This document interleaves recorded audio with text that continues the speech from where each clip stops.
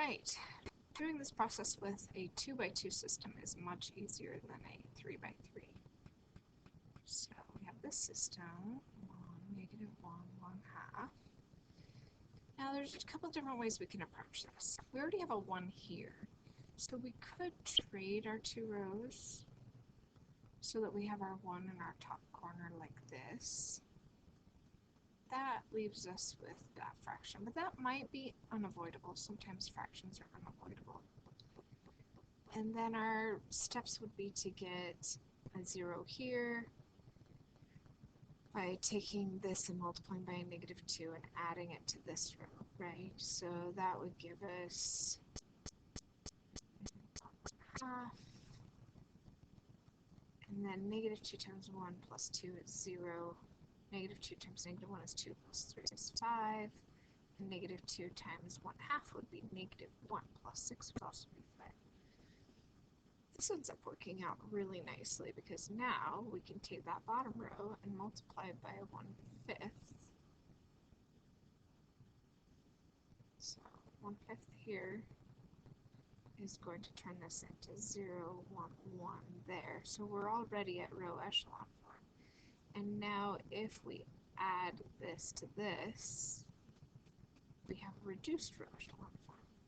So that would give us 0 plus 1 is 1, 1 plus -1 is 0, 1 plus 1/2 is 1.5 or 3/2. And then we still have this same row we just had here, and that gives us our answers, which are 1.5, 1. Now what if you didn't trade rows from the beginning? Could it work out if you didn't do that step first? It's like choose your own adventure. So what if instead of trading rows, what if I decided to go ahead and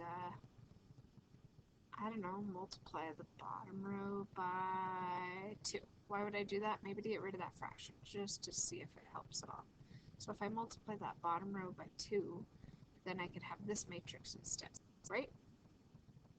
Okay, so now, to get a 1 on the top, see, maybe this isn't good after all, because I might want to do a 1/2 here.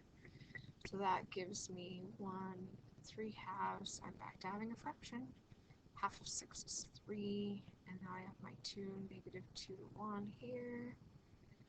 So then I would want to multiply this by, maybe I don't want to multiply it by anything, because if I had left it the way it was, it would be nice. Oh well, we're just going to multiply it by a -2 and add it here. So that would be -2 times 1 is, add that together is 0, -2 plus 2.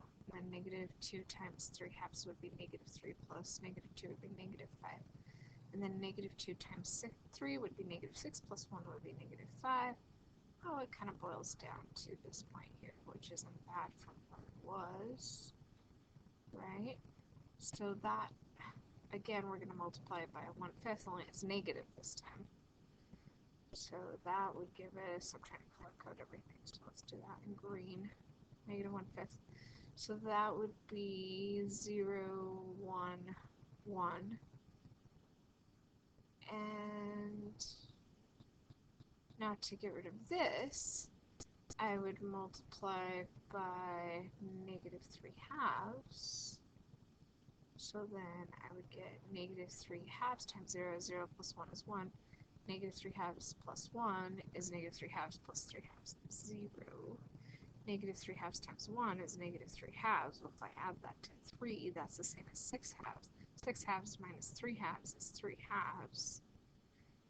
And then we have our 0, 1, 1 here, and our answer is 3/2, 1. That time I didn't change it to a decimal. Left it as a fraction. I got exactly the same.